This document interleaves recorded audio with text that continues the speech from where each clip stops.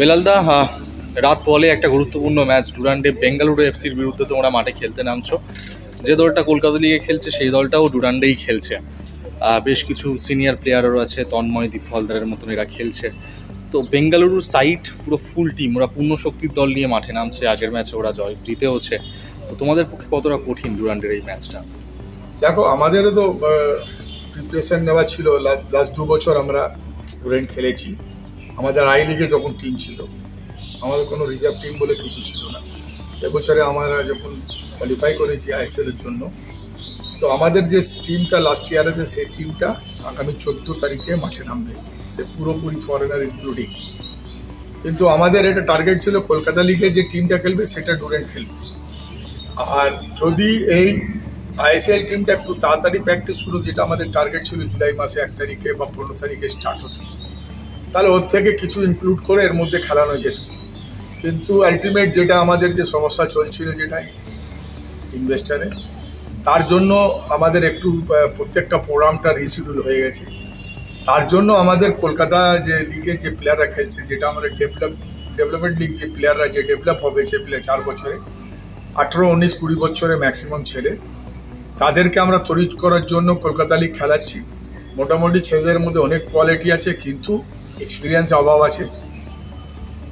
এই যে ডুরান্ড কাপের মধ্যে খেলছে, লাস্টে ইন্টার কাছে আমরা কোনোরকম করে আমরা খেলেছি, খুব ভালো সুন্দর ম্যাচ খেলেছি।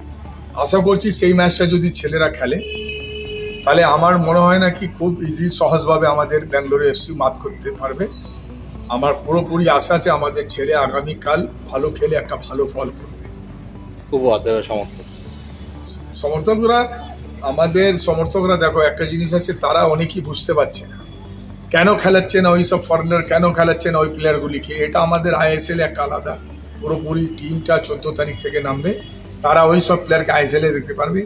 এই প্লেয়ারটা ধারাবাহিক ডুরান্ডের পরে অনেক বাইরে প্রোগ্রামে হয়তো 4টে ছেলে হতে পারে। এখানে এর মধ্যে যেটা প্লেয়ার আছে, রবিনসন, ইসরায়েল দিওয়ান, বা ওদিকে তোমার আমাদের ওই উইংয়ে খেলছে যে ছেলেটা এডিসন, তারপর দিকে জোসেফ আছে, তারপরে এদিকে আমাদের তো তন্ময় আছেই, তারপরে সজল যেভাবে খেলছে, মহিতোষও ভালো আছে প্লেয়ার। তো এর মধ্যে যেটা ভালো হবে, কোচ যাকে সিনিয়র টিমে দেখবে তাকে নিজে এই বছরে আইএসএলে হয়তো ডাক পেতে পারে, বা আগামী বছরে আবার ওটাকে আমরা ইউজ করব।